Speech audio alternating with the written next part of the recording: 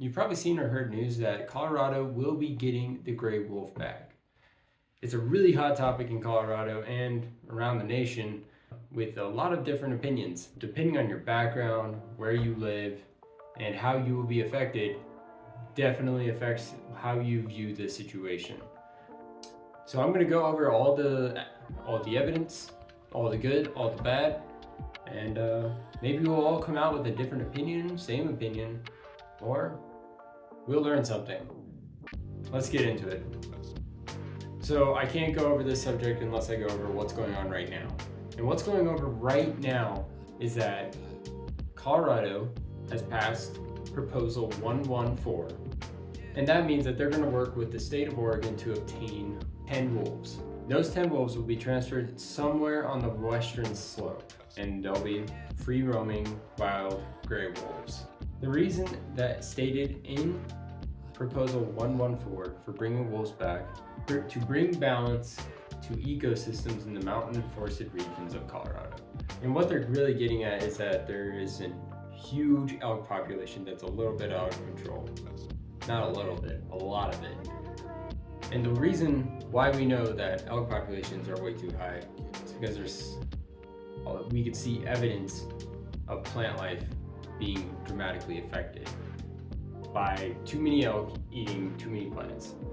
There is actually a pack of wolves making its way into Colorado, and it's transient. It's not permanently in Colorado, but it has been seen, and there has been pups born in Colorado. So either the state of Colorado brings them in, or the wolves come in by themselves. And obviously we can kind of see a regional reality on the feelings about this. Rural communities don't like it. They think it's going to disproportionately affect them, while city communities love it because, they're not going to be affected by the wolf. They're not going to worry about their dogs. They're not going to worry about their livestock because they don't have any, but they will be able to go into the woods and maybe see one. So there's that reality that obviously, and I clearly understand a different opinion on that. I forgot to mention that cats are definitely in danger of the wolf as well. That's right. So, okay. That's the overall situation as it is. 10 wolves coming to Colorado, a pack of wolves transiently traveling into Colorado, not permanently. But now let's get into the evidence, the good, the bad, and let's see, and I'll share my opinion. So everyone that is for wolf introduction has been consistently stating, from what I've read, that it's going to bring Colorado back to what it historically was like. And that's true. Wolves were abundant in Colorado before, we essentially hunted them to extinction in Colorado. So making modern Colorado's natural world look closer to what it looked historically, it does make sense in the fact that there's missing pieces, and it's not been that long since it's been extinct. Bringing the wolf back will bring the elk population down. It'll bring coyote populations down, which will make small game like raccoons and other small mammal life be less pressured. It would also make plant life less pressured in the fact that there's going to be less herbivores. If there's less herbivores, plants can thrive. And you can go into the downward effects that if there's more plant life and the rivers are healthier, and which makes the whole ecosystem healthier, because then the streams are healthier, then the fish are healthier. It's a whole thing. We don't need to get into that. We just need to know that if you bring a big predator back, elk populations go down, plant life goes up, other smaller predators also go down. And there is real world evidence for all of this happening. Yellowstone had the introductions of wolves. We saw elk populations go down. And one of the most exciting things they saw was erosion on riverbanks greatly reduced. And that's because elk populations weren't pressuring the plant life there. So the rivers became healthier, they became clearer, and fish populations became more abundant. It was a very exciting thing for all the researchers that watched it. They also saw the coyote populations go down greatly, which allowed for smaller mammals, just like I said before, to become more abundant. So one of the odd things that got affected by wolves coming back that there is a lot of data for, especially kept by Yellowstone, is that ecotourism went up greatly, which meant they brought a lot more money into the area, which meant that the economy got a big boost from it. Gray wolves, since there's not many places in America where you can actually go to see them, means that there's a high demand for photographers, wildlife, like, you know, people that like to go see wildlife, filmers, many shops took advantage of the fact that they can sell wolf merch, cups, whatever, and make a lot of money from it. And data shows that that did happen. There was a spike in the economy in the Wyoming area when the wolf was introduced. It's quite fascinating to me, I think. It's one of those things you wouldn't think about that would be getting a benefit from it. And if you do go reading online, a lot of people are going to talk about the trophic cascade, which is essentially what I brought up, how like if you enter one puzzle piece, it can affect all the others. And a lot of them are going to cite how it positively affects all of the things. But we do need to talk about the period of time that it's not great. So let's get into the bad. Something interrupted, have to do a new filming. So we went over the good. Let's get into the bad. So wolves are cool, they're intelligent, they're fascinating, they're majestic animals. But maybe that blinds us to the reality of what their impact is. We may be ignoring some major issues with introducing them into Colorado, and that may be because of this bias that we have on them. Maybe it's because we anthropomorphize them, or we just we don't see them for the top predators that they are. And previously I've been comparing this situation to the Yellowstone introduction. I mean, it's hard not to. The ecosystems are very similar. The situations are very similar. The prey and the cause for introduction is almost the exact same. Overpopulation in Yellowstone, overpopulation in Colorado. The situations are nearly identical. So I have to compare it because that makes sense.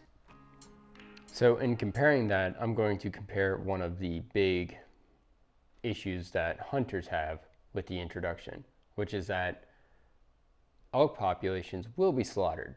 And it's a reality that it is. The elk here in Colorado have not seen a wolf. They don't know what a wolf is. They don't know what a wolf does. So when you reintroduce that, you kind of have this ignorant species, and then there's a species that knows what it is and knows that that's food. So the population will drastically drop, no doubt about it. So to show this, I'm going to show you a graph. Let me just adjust the camera here. So this is a graph of the elk population in Yellowstone from 1923 all the way up to 2022. I got this graph from the Department of Interior data. So let's look at this. So the wolf population went extinct in 1929. So the elk population was already at a low. So wolves went extinct, and then from 1932 to 1968, we really just need to ignore that data. Humans were doing their darndest to get rid of the elk population. Wildlife management during this time in American history was absolute crap. So let's just ignore that because that means nothing. And then without wolves or human interaction, this is what the elk population looked like. It's at its peak, it was looking like peak possible number. It looks like 22,000 elk in Yellowstone National Park. That's a very dense amount of big herbivores. And so when did the wolf population get reintroduced? Well, that is 1995. And we can see it at this spike here. It looks like it lines up with, yeah, this absolute peak in the elk population around 20,000. I'm sorry if I'm saying the numbers wrong. It's my angle. It's kind of hard to line these numbers up. But at this peak in 1995, the elk population was at around 20,000. And then we just see this huge dip from a huge spike from 1968 to a huge dramatic dip in from 1995 to almost all the way down to 2013. It just declined. So in 2013, we could see the wolf population was probably at its maximum capacity in Yellowstone National Park. But we can also see that the elk population is learning to adapt. So they are slowly coming back up in population while the wolves are at their maximum population in Yellowstone National Park at 8 packs. So this is what the hunters are talking about. The dramatic drop in elk population, the absolute slaughter that happened. It's about 18,000 elk just dropped off the planet. Because at the lowest dip, it's about at 2,000. So from 20,000 to 2,000, the population dropped to 1/10 of what it was. And that's what all the hunters are scared of. So that is what hunters are scared of. And it's a very understandable fear because the hunting industry in Colorado is pretty huge. It is one of the major things that bring people to Colorado. And I understand, like, hunting in America is relatively cheap as long as you've already got the equipment, but it's relatively cheap, tags are cheap, it's cheap meat, it's cheap food to put on the table. But it's also a huge industry. A lot of people who have a lot of money hire guides to come and hunt elk. And they come here because they can most likely be successful. So if you have the elk population in Colorado drop to 1/10 of what it is, hunting is going to be becoming a lot harder. People are going to go somewhere else, and a lot of people might lose their jobs. So there's that aspect of it. The hunting industry will take a giant hit. Now, from the hunting industry, let's move on to the agricultural industry, because this is one that is overlooked by a lot of people. And I do have to say, and a lot of the articles I've read, it was overlooked. People just said that wolves do not interact with sheep or cattle or any livestock in general, which that's just factually not true. And there's a lot of data to prove that it's not. Looking at, so an agricultural study in Idaho looked at the interactions between tagged wolves and tagged cattle. And you can see that there's a lot of overlap in where those encounters happened. There's a lot of rangeland where the wolves kind of came into, and either they frightened the cattle or they interacted with the cattle in some way, either by nipping and seeing if they can take one down or taking a calf. And something about wolves, it's like you can't say that they'll never attack cattle. Wolves are opportunistic carnivores. If they can find something that they can kill to eat that will feed the whole pack, why wouldn't they? Cattle, they're not adapted to defend themselves anymore. So it's easy prey, it's easy killing, it's easy food. And something else that needs to be acknowledged, and there's a great podcast on this, and I'll leave it in my description, that Colville National Forest actually has a position of, no better way to describe it, but than a cowboy to shoot at wolves that try to attack and maybe take a cattle down in the rangeland in the national forest. Now you could debate whether cattle should be in the national forest or not, but the reality is that a part of the income of that national forest is having cattle there. So it is of importance for the national forest to protect them. And if the national forest has to pay somebody with guns to protect the cattle, then we need to acknowledge the reality that wolves will attack cattle. It's just how it is. And like in a couple of articles that I've read that talked about this, they talked about how if a wolf takes down somebody's cattle, there is programs and there is policy that the government will refund them. They will give the money for at cost of the cattle before it was taken down, which is great. That's a great program. I think if you're gonna bring wolves back to Colorado, then that is something that needs to be acknowledged. But something that doesn't get acknowledged and is hard to prove is whether the wolves have an effect on overall herd weight, because that's what the agricultural companies pay these farmers for, is how much weight of the meat do we get. So if the wolf is stressing out the cattle will drop in weight. And that is something that does affect their incomes, but that is hard to prove. So getting refunded on that is not easy.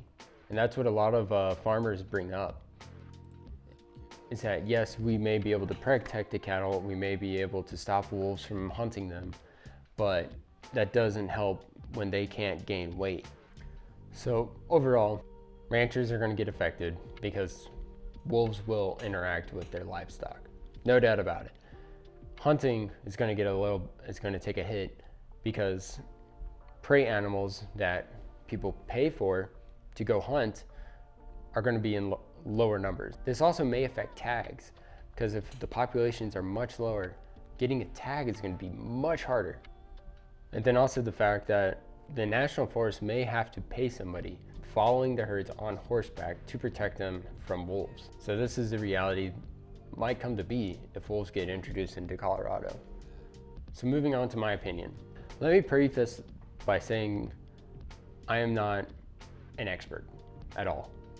I've taken college classes on this, so I understand how to read the data. I have been obsessed with wildlife management, all of that since I was a little kid. Like, that's all I would do as a little kid, is read these books.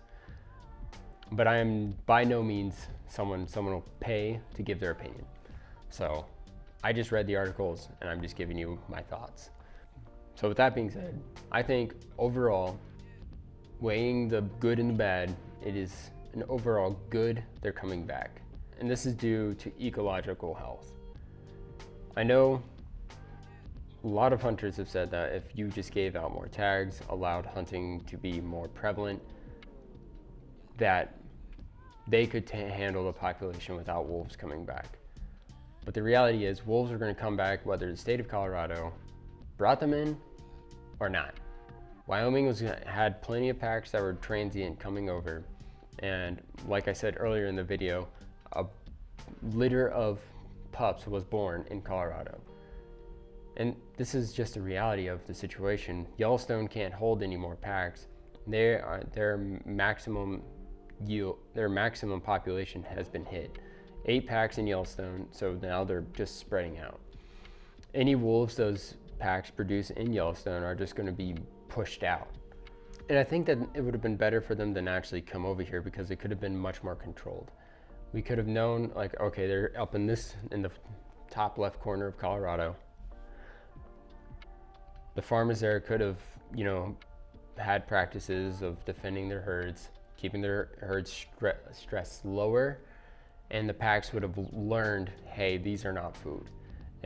But if you introduce them in the National Forest, it is much harder to control that.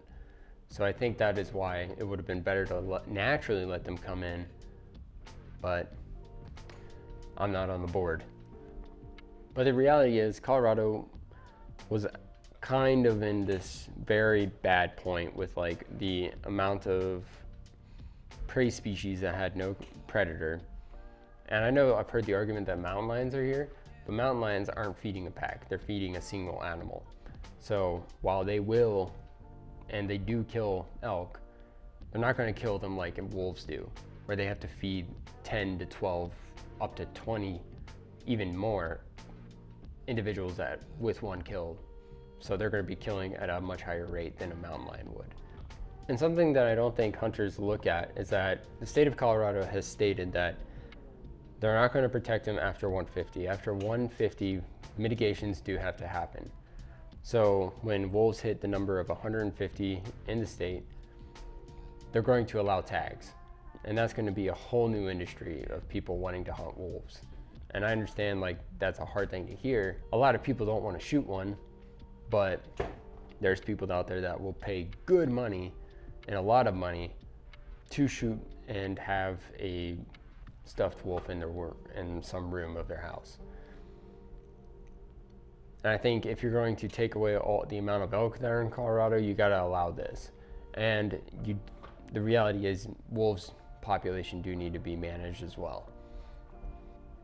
And I do wish, and I have heard the rumors that they're going to add something to the bill that if wolf interaction has been proved between a livestock herd, that they will pay for the difference that rancher on average has. So if like, you know, the herd was only 1,000 pounds, but the average herd weight is 2,000, they will make up the difference. And I think if that happens, there's not really too big of negative of bringing wolves back. So I'm gonna leave some links to some really good articles that I read. It's not all of the articles I read, but it's a majority of them. Well, I can't say it's a majority of them. I read a lot of articles for this video, but they're the best.